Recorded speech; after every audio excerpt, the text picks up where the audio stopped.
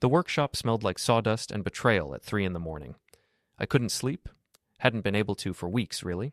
So I found myself hunched over my workbench, sanding the edges of a cabinet door that didn't need sanding. Tomorrow was supposed to be the happiest day of my life.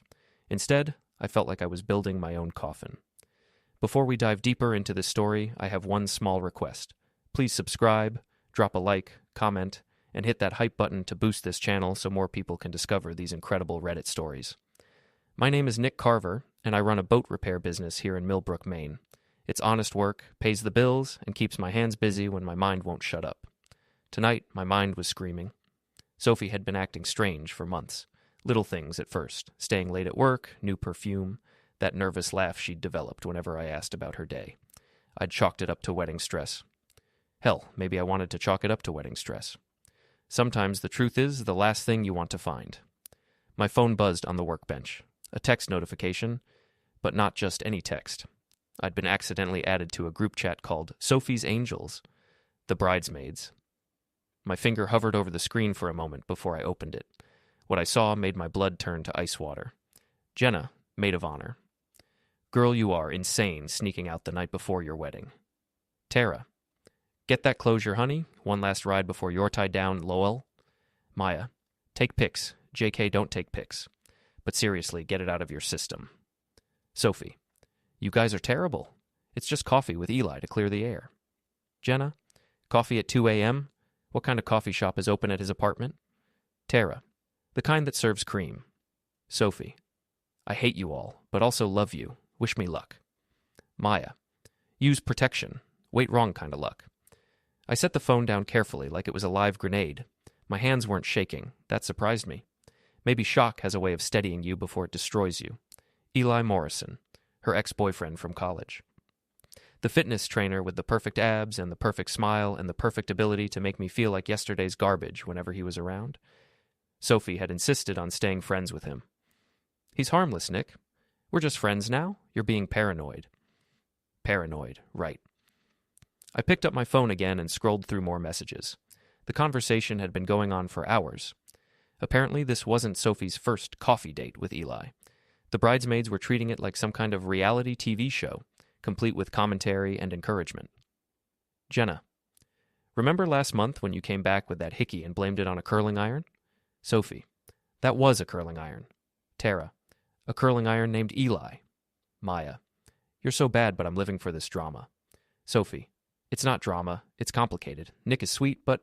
Jenna. But he's not Eli. Sophie. But he's not exciting anymore. We've been together for 3 years. I love him, but I'm not in love with him, you know? Tara. Then why are you marrying him tomorrow? Sophie. Because he's stable. He's got the business. He'll be a good provider. Eli is fun, but he's not husband material. Maya. So you get the best of both worlds. Jenna. Cake and eating it too. I read those messages 3 times before they really sank in. Stable. A good provider. Not exciting anymore. She was marrying me for security while screwing her ex for thrills. I was the safe choice, the backup plan, the guy who'd pay the bills while she got her kicks elsewhere. The cabinet door snapped in half under my grip. I looked down at the broken wood, surprised by my own strength. Or maybe rage gives you strength you didn't know you had. My phone buzzed again. Sophie. Heading home now. Nick better be asleep. Last thing I need is questions. Jenna. What are you going to tell him if he smells Eli on you? Sophie. I'll shower and say I couldn't sleep, so I went for a drive. He's so trusting, he'll believe anything. Tara. Trusting or stupid? Sophie. Both LOL. See you girls at the salon at 8. Trusting or stupid? Both. I turned off my phone and sat in the darkness of my workshop, surrounded by the smell of wood shavings and the weight of everything I'd just learned. Outside, I could hear a car pulling into our driveway. Sophie coming home from her closure with Eli. The smart thing would be to confront her, ask questions, demand answers, give her a chance to explain, to apologize, to make it right. But I wasn't feeling particularly smart right now. I was feeling something else entirely. Something cold and calculating and patient. Something that wanted to watch this play out, to see exactly how deep this betrayal went, and then to respond accordingly. I heard the front door open and close softly. Footsteps on the stairs, trying to be quiet. The shower running. Sophie washing off the evidence of her coffee date. By the time she slipped into bed beside me, I had made my decision. I lay perfectly still, breathing slowly and evenly, playing the part of the trusting husband having peaceful dreams about his wedding day. But I wasn't dreaming. I was planning. Dawn came too early, and not early enough. I'd been awake all night, listening to Sophie sleep peacefully beside me, probably dreaming about Eli while wearing my grandmother's engagement ring. The irony wasn't lost on me. I slipped out of bed at 5:30, careful not to wake her. She stirred slightly and mumbled something that sounded like Eli before settling back into sleep. Perfect. In the kitchen, I made coffee and started making calls. First to the bank. "Hi, this is Nick Carver. I need to put a freeze on my joint checking account. Yes, both signatures required for any withdrawals as of today. No emergency. Just want to be cautious before the wedding." The bank representative was chatty and congratulatory. If she only knew. Next, I called the wedding venue. "Millbrook Grange Hall, this is Patricia." "Hi, Patricia. This is Nick Carver. I'm calling about today's wedding." "Oh, Mr. Carver. Big day. Everything's set up beautifully. Your bride is going to be so happy." "About that, I need to make a change to the payment arrangement. Instead of the joint account we have on file, I'll be paying personally. Can you run my business credit card instead?" "Of course. Let me just update that. There we go. Anything else?" "Actually, yes. I'd like to add something to the bar service. Can you make sure there's champagne available for toasts? The good stuff." "Absolutely. This is so exciting." If she only knew. I spent the next hour methodically going through our shared finances. Credit cards, utilities, the mortgage on the house, everything that had both our names on it. I didn't cancel anything, but I made sure I had control. Sophie was about to learn that financial security comes with strings attached. Around 7, I heard movement upstairs. Sophie getting ready for her big day. I wondered if she'd text the bridesmaids about how sweet and trusting I was being. She came downstairs at 7:30, looking radiant in her silk robe, hair already done up in curlers. She smiled at me like nothing had happened, like she hadn't spent half the night with another man. "Morning, honey. Can't believe it's finally here." She kissed my cheek, and I caught a whiff of unfamiliar cologne under her expensive perfume. "Big day," I agreed, handing her a cup of coffee. "Sleep well?" "Like a baby. You?" "Best sleep I've had in weeks." The lie came easily. "You seem relaxed." She blushed slightly. "I guess I finally got all my pre-wedding jitters out of my system." "Good. Wouldn't want you to have any unfinished business." Something flickered in her eyes. Uncertainty, maybe guilt. But it passed quickly. "The girls will be here soon to pick me up for hair and makeup. You'll be okay getting ready by yourself?" "I think I can manage. Been dressing myself for 34 years. She laughed, but it sounded forced. "You're in a weird mood this morning." "Wedding day nerves, I guess." "Well, shake them off. This is going to be the perfect day." She kissed me again and headed back upstairs. "Perfect. Sure." At 8 o'clock sharp, a white SUV pulled into the driveway, music thumping loud enough to wake the dead. The bridesmaids had arrived. I watched from the kitchen window as they piled out, Jenna, Tara, and Maya, all perfectly made up and ready to celebrate their friend's perfect day. Jenna was the ringleader, a real estate agent who treated gossip like currency. She'd been Sophie's best friend since college and had never liked me. The feeling was mutual. Tara was the wild one, twice divorced and proud of it. She worked at the local spa and always had stories about married men who came in looking for stress relief. Maya was the quiet one, always taking pictures, always watching. She worked at the bank, the same bank where I'd made my morning phone calls. Interesting. Sophie came down with her overnight bag, squealing with excitement as the girls surrounded her. They were all talking at once, a chorus of, "Oh my God," and "This is it," and "You look amazing already." "Bye, honey," Sophie called to me. "See you at the altar." "Wouldn't miss it," I replied, and I meant it. As soon as they were gone, I got to work. I had 6 hours before the ceremony, and I intended to use every minute. First stop, my lawyer's office. Jim Patterson had handled the purchase of my business and our house. He was discreet and thorough, exactly what I needed. "Nick, wedding day. What brings you here?" "I need to make some changes to our financial arrangements. Specifically, I want Sophie removed from the business accounts and the boatyard property." Jim frowned. "That's unusual timing. Is everything okay?" "Let's just say I want to protect my assets. Can it be done today?" "Technically, yes, but then let's do it." It took 2 hours and several signatures, but by 10:30, Sophie Lane had no legal claim to my business or the property it sat on. The house was trickier. We were both on the mortgage, but Jim assured me we could work something out after the honeymoon, if there was going to be a honeymoon. My next stop was the local florist. I'd had an idea, and I wanted to see if it was possible. Mr. Carver, shouldn't you be getting ready? Mrs. Chen had been doing flowers in Millbrook for 30 years. She'd arranged my parents' wedding flowers and my father's funeral arrangements. I wanted to add something special to Sophie's bouquet, a surprise. How romantic. What did you have in mind? Do you have any of those flowers that look beautiful but smell terrible? Something that would be memorable? She gave me a puzzled look. Well, there are corpse flowers, but those are hardly appropriate for a wedding. There's also... She paused. Mr. Carver, are you feeling all right? Just want to make sure Sophie never forgets this day. In the end, I settled for having a small recording device tucked into the bouquet's ribbon. Nothing illegal, just something that would capture whatever Sophie said during the ceremony. For posterity. By noon, I was back home, showering and getting into my tuxedo. I looked good, better than I had in months, actually. There's something about having a plan that improves your posture. My phone had been buzzing all morning with texts from Sam, my best man, asking where I was and if I needed help getting ready. I'd been ignoring them. Sam was a good friend, but he was also a talker, and I needed to keep my thoughts to myself today. At 1 o'clock, I got in my truck and drove to the venue. The Millbrook Grange Hall was decorated beautifully. White flowers, twinkling lights, enough romance to make a Hallmark movie jealous. Our guests were already arriving, dressed in their finest, ready to celebrate true love. If they only knew. I found Sam pacing outside the groom's room, sweating through his rental tux. Jesus, Nick, where have you been? I've been calling all morning. Had some last-minute business to take care of. Business? Today? Man, you're going to give me a heart attack. He looked at me more closely. You seem different. Calm. Too calm. You sure you're not having second thoughts? No second thoughts, I said, and it was true. I knew exactly what I was doing. Good, because Sophie looks incredible. I saw her when they arrived. You're a lucky man. Lucky. Right. Sam, I need you to do me a favor. Anything, man. You know that. During the ceremony, I want you to keep an eye on the crowd. Specifically, watch for anyone who seems surprised by anything that happens. Surprised? What's going to happen? Just trust me on this. He gave me a worried look, but nodded. You're the boss. At 2 o'clock, the music started. I took my place at the altar, looking out at the assembled crowd. Sophie's family on the left, mine on the right, friends scattered throughout. Everyone smiling, everyone happy, everyone expecting a fairy tale ending. The bridesmaids came down the aisle first. Jenna, Tara, and Maya, all in matching purple dresses, all beaming with joy for their friend.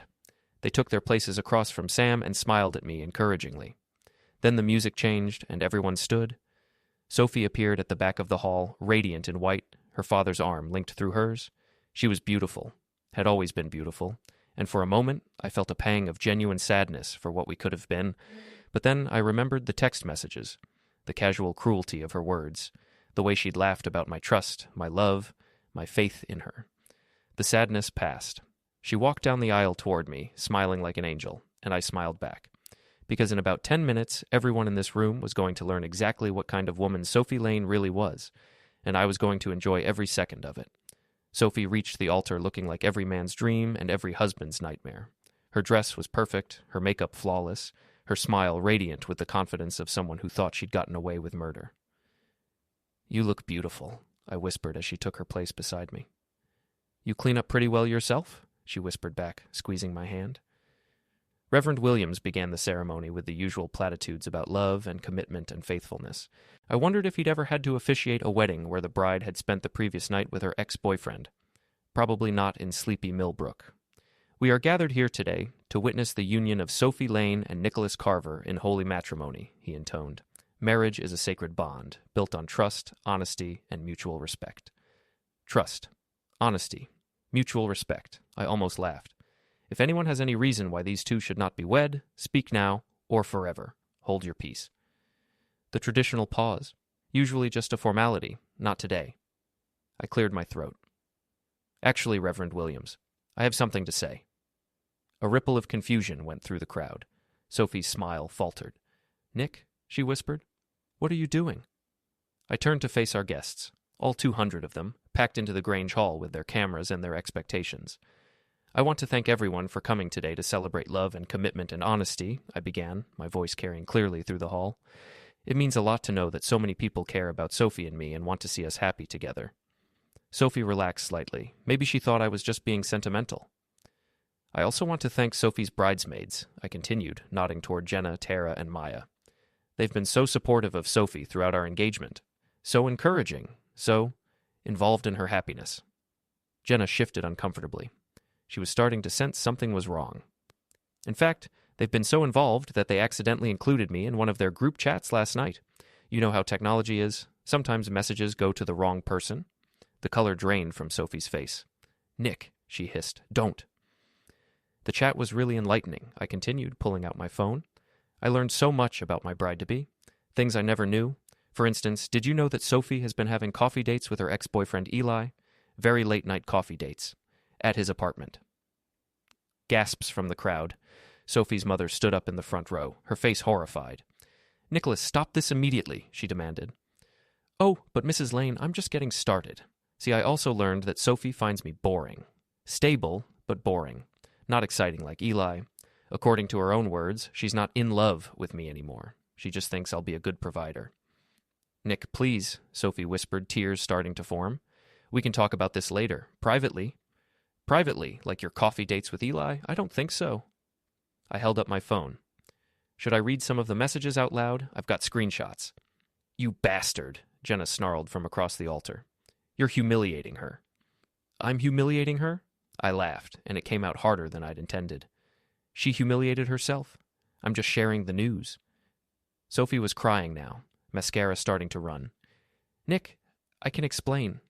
"Explain what? That you've been cheating on me for months? That you think I'm too stupid and trusting to notice? That you're only marrying me for financial security while you get your thrills elsewhere?" The crowd was in chaos now. People were standing, talking over each other, phones coming out to record the drama. Sophie's father looked like he was about to have a stroke. "This is not the time or place," Reverend Williams tried to interject.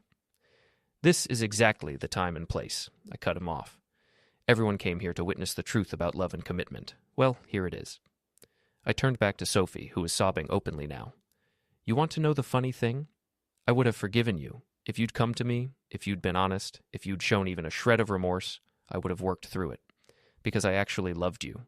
Not your potential as a provider, not your stability, not your usefulness. I loved you. I do love you," she choked out. "No, you don't. You love what I can give you. There's a difference." I reached into my jacket pocket and pulled out a manila envelope. "Which brings me to my wedding gift to you, darling." I handed her the envelope. She opened it with shaking hands, and I watched her face go from confusion to shock to horror as she read the contents. "What is it?" Jenna demanded. "Legal documents," I announced to the crowd. "As of this morning, Sophie has been removed from all of my business accounts and property holdings. The joint checking account has been frozen, the credit cards have been canceled, and the honeymoon has been canceled. Well, for her anyway. I'll be going alone." Sophie looked up at me with pure hatred. "You can't do this." "Actually, I can. See, we're not married yet. You have no legal claim to any of my assets. And after today's performance, you never will."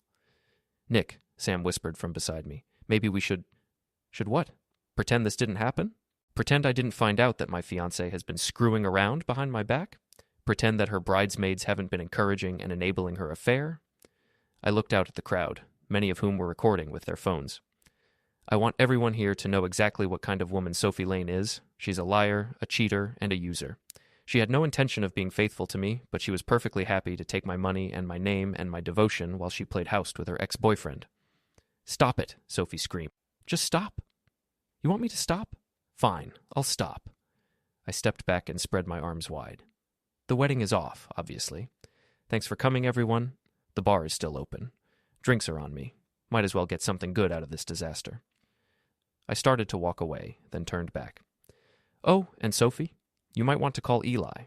I hear he's good at providing comfort. Just don't expect him to pay your bills." The crowd erupted as I walked down the aisle and out of the Grange Hall. Behind me, I could hear Sophie sobbing, the bridesmaids arguing, and the general chaos of 200 people trying to process what they just witnessed. Outside, I got in my truck and drove away, leaving behind the wreckage of what was supposed to be the happiest day of my life. But you know what? I felt better than I had in months. The story hit social media before I even made it home. By the time I pulled into my driveway, my phone was buzzing constantly with calls, texts, and notifications. Millbrook wedding was trending locally, complete with videos of my altar confession and Sophie's meltdown. I poured myself a bourbon and sat on my back porch, watching the lake and ignoring my phone. The silence was incredible. For the first time in months, I felt like I could breathe. That lasted about an hour. "Nick, open up." The pounding on my front door was aggressive and angry. I recognized Jenna's voice, backed up by what sounded like the entire bridal party. I took my time getting to the door. When I opened it, I found Jenna, Tara, and Maya on my porch, still in their purple bridesmaid dresses, but looking significantly less festive than they had that morning. "You son of a bitch," Jenna snarled, pushing past me into my house. "How could you do that to her?" "Do what? Tell the truth?" "Humiliate her in front of everyone she knows." Tara followed Jenna inside, her face flushed with anger. "That was cruel and unnecessary." Maya lingered in the doorway, looking uncomfortable. "Nick, maybe we could have handled this differently." "We?" I laughed. "There is no we here, Maya. You all knew what Sophie was doing. You encouraged it. You made jokes about it. You called me stupid and trusting, remember?" "That was just girl talk," Jenna snapped. "We were being supportive friends." Supportive of what? Adultery? Lying? Using me for financial security while she screwed around? "It wasn't like that," Tara said, but she didn't sound convinced. "Then what was it like? Explain it to me." The three of them exchanged glances. Finally, Maya spoke up. Sophie was confused. She was having second thoughts about the marriage, and she needed to figure out her feelings. By sleeping with her ex-boyfriend? "She wasn't sleeping with him," Jenna protested. I pulled out my phone and scrolled to the screenshots I'd taken. "Really? Want to bet on that?" I read aloud. Jenna says, "Remember last month when you came back with that hickey and blamed it on a curling iron?" Sophie says, "That was a curling iron." Tara says, "A curling iron named Eli." Jenna's face went pale. "Or how about this one?" Maya says, "Use protection. Wait, wrong kind of luck." What kind of protection was she talking about, Maya? Sunscreen? "You're taking things out of context," Tara said weakly. "Am I?" "Then explain the context where it's okay for my fiancé to sneak out the night before our wedding to have a closure with her ex-boyfriend at 2 a.m. None of them had an answer for that. "Here's what I think happened," I continued. "Sophie wanted to have her cake and eat it too. She wanted the security and respectability of being married to me, but she also wanted to keep playing around with Eli. And you three enabled her because you thought it was exciting drama. You treated my relationship like a soap opera for your entertainment." "That's not fair," Maya protested. "Fair? You want to talk about fair? Was it fair for Sophie to lie to me for months? Was it fair for her to plan a wedding while planning to cheat on me? Was it fair for you to encourage her and then call me stupid behind my back?" The fight went out of them. They knew I was right. "Where is she now?" I asked. "At her parents' house," Jenna said quietly. "She's not doing well." "I imagine not. Public humiliation tends to have that effect." "She really did love you, Nick," Maya said. "She was just confused." "No, she didn't. And deep down, you all know it. She loved what I represented. Stability, security, someone to pay the bills while she figured out what she really wanted. That's not love. That's convenience." My phone rang. I glanced at the screen. Sophie. "Speak of the devil," I said, answering the call on speaker. "Nick, please, we need to talk." Sophie's voice was hoarse from crying. "I think we said everything that needed saying at the altar." "That's not fair. You blindsided me. You didn't give me a chance to explain." "Explain what? That you've been cheating on me? That you think I'm boring? That you're only with me for my money? Which part needs explaining?" It's not that simple. Actually, it is that simple. You made choices, Sophie. You chose to lie to me. You chose to sneak around with Eli. You chose to mock me to your friends. Actions have consequences. So you decided to destroy my life? In front of everyone? I decided to tell the truth. If that destroyed your life, maybe you should have thought about that before you started living a lie. I can't show my face in this town again. Everyone's talking about me. The videos are everywhere. Good. Maybe the next guy you date will know what he's getting into. Nick, please, can't we work this out? I'll cut contact with Eli. I'll do whatever you want. It's too late for that. It's not too late. We can still fix this. I looked at the 3 bridesmaids standing in my living room, listening to their friend beg for forgiveness she didn't deserve. Sophie, answer me honestly. If I hadn't found those text messages, would you have gone through with the wedding? A long pause. Yes. And would you have stayed faithful to me afterward? Another pause, longer this time. I would have tried. That's not an answer. I don't know, okay? I don't know what would have happened. Well, I do. You would have married me, taken my name and half my assets, and kept seeing Eli on the side. You would have turned me into a fool and a cuckold, and you would have felt justified doing it because I was boring and not exciting anymore. That's not true, isn't it? Because that's exactly what you were already doing. Silence on the other end of the line. The marriage is off, Sophie. The relationship is over. Find somewhere else to live. You've got 30 days to get your things out of the house. You can't kick me out. I live there too. Actually, I can. Check the lease. Only my name is on it. I could hear her crying again. I loved you, she whispered. No, you didn't. But I loved you. And that's what makes this so unforgivable. I hung up. Jenna, Tara, and Maya were staring at me like I'd grown a second head. You're really going to throw away 3 years over this? Jenna asked. She threw away 3 years? I'm just acknowledging reality. Everyone makes mistakes. This wasn't a mistake. This was a pattern. This was a choice she made over and over again, with your help and encouragement. I walked to the front door and held it open. I think it's time for you to leave. They filed out slowly, Tara and Maya looking ashamed, Jenna still defiant. This isn't over, Jenna said as she passed me. Yes, it is. After they left, I sat back down on my porch with my bourbon and watched the sun set over the lake. My phone kept buzzing with calls and messages, but I ignored them all. Tomorrow, I'd have to deal with the fallout. The gossip, the taking sides, the awkward encounters around town. Some people would think I was justified, others would think I was cruel, but tonight, for the first time in months, I was at peace. I raised my glass to the empty lake. Here's to the truth, I said aloud, and to never settling for less than I deserve. The bourbon tasted like freedom. 3 weeks later, I was loading my truck for the honeymoon trip to Bar Harbor that I'd decided to take alone when Eli Morrison showed up at my house. I'd been expecting him, honestly. Sophie had been calling and texting nonstop since the wedding disaster, alternating between apologies and threats. When those didn't work, she'd apparently sent her boyfriend to handle things man to man. Eli looked exactly like what he was. A gym rat who'd peaked in college and never gotten over it. Perfectly styled hair, designer workout clothes, the kind of artificial tan that came from a bottle.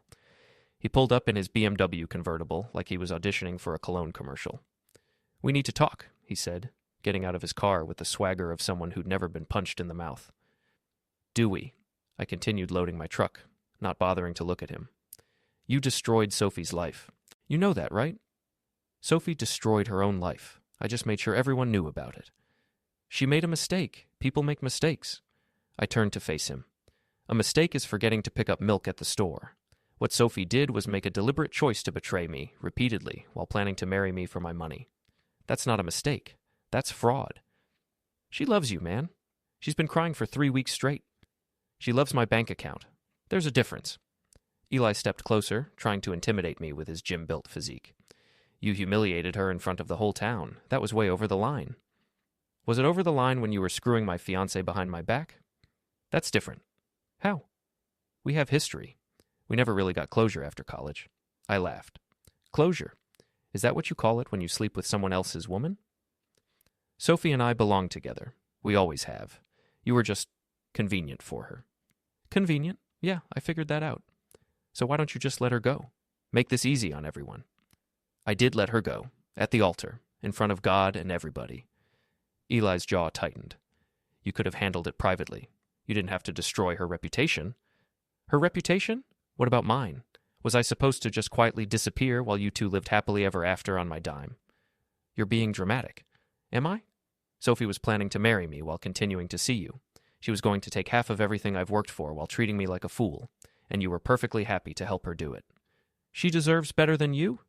You're absolutely right. She deserves someone who's okay with being lied to and cheated on. That's not me. Eli took another step closer, close enough that I could smell his expensive cologne, the same scent I'd noticed on Sophie that morning after her coffee date. You're going to fix this, he said, his voice low and threatening. You're going to apologize to Sophie publicly, and you're going to give her the settlement she deserves. Or what? Or I'll make you. I set down the duffel bag I'd been holding and gave him my full attention.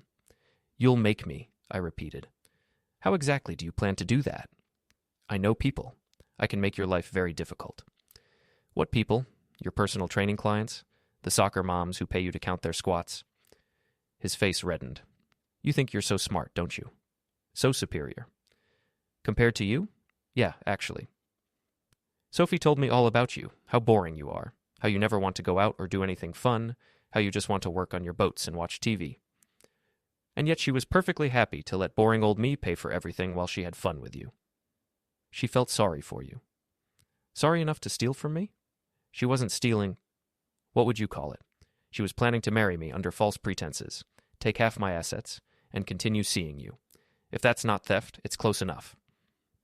Eli's hands clenched into fists. You don't deserve her. You're right. I deserve better. You arrogant piece of... Careful, I interrupted. We're having such a nice conversation. This isn't over. Yes, it is. Sophie made her choice when she decided to cheat on me. You made your choice when you decided to help her. I made my choice when I decided not to be anyone's fool. We're all living with the consequences. She's broke, you know. Her parents kicked her out. She's staying on my couch. Sounds like a you problem. She can't find work. Everyone in town knows what happened. Actions have consequences. She's learning that now. You really don't care, do you? I thought about it for a moment. I cared about the woman I thought I was marrying, but that woman never existed. Sophie created a character, played a role, told me what she thought I wanted to hear while doing whatever she wanted behind my back. I can't care about someone who was never real. She's real. She's hurting. She's hurting because she got caught. If I hadn't seen those text messages, she'd be Mrs. Sophie Carver right now, planning her next coffee date with you. Eli stared at me for a long moment, probably trying to decide if he wanted to take a swing at me. I almost hoped he would. I'd been working with my hands my whole life, and I was pretty sure I could handle a pretty boy who spent more time looking at himself in the gym mirror than actually working out. But he was smarter than he looked. This isn't over, he said again, backing toward his car. Yeah, it is. And Eli? Next time you want to have an affair with someone's fiancé, maybe don't let her friends document it in a group chat. He drove away with a squeal of tires that probably cost him $50 in rubber. I finished loading my truck and headed for Bar Harbor. I had a week of solitude planned. Good food, good whiskey, and absolutely no drama. On the way out of town, I drove past the Grange Hall where I was supposed to have gotten married 3 weeks ago. There was another wedding happening, complete with white flowers and twinkling lights and all the romance that money could buy. I wondered if that groom knew what he was getting into. I hoped so. My phone buzzed with a text from Sophie. Yeah, I know Eli came to see you. Whatever he said, I didn't ask him to. I just want you to know that I really did love you. I'm sorry for everything. I deleted the message without responding. Love isn't something you claim after you've been caught betraying someone. Love is something you prove through your actions, day after day, choice after choice. Sophie had proven what she really felt about me, and it wasn't love, but that was okay. Because I'd proven something too, that I wasn't going to settle for being anyone's safe backup plan. As I drove toward the coast, I rolled down the windows and let the salt air fill my truck. For the first time in years, I felt completely free. Behind me, Millbrook was dealing with the aftermath of the most dramatic wedding in the town's history. Ahead of me was a week of peace and quiet and the rest of my life. I'd take that trade any day. At the Bar Harbor Hotel, I checked in using the reservation that was supposed to be for Mr. and Mrs. Carver. The desk clerk looked confused when I showed up alone, but I just smiled and said my wife couldn't make it. I'm sorry to hear that, sir. I hope everything's all right. Everything's perfect, I said, and I meant it. That night, I sat on the hotel balcony overlooking the harbor, drinking a beer and watching the boats come in. My phone had finally stopped buzzing with calls and messages. The story was old news now, replaced by whatever fresh drama was happening in other people's lives. I thought about Sophie, probably crying on Eli's couch, wondering how everything had gone so wrong so fast. I thought about the bridesmaids, probably avoiding each other now that their little conspiracy had blown up in their faces. I thought about all the wedding guests who'd gotten more entertainment than they'd bargained for. But mostly, I thought about the future, about the business I'd built and the life I was going to live on my own terms, about the woman I'd eventually meet who would actually deserve my trust and love. I raised my beer to the harbor. Here's to new beginnings, I said aloud, and to never settling for less than the real thing. The waves lapped against the dock below, and somewhere in the distance, a foghorn sounded. It was the most beautiful sound I'd ever heard.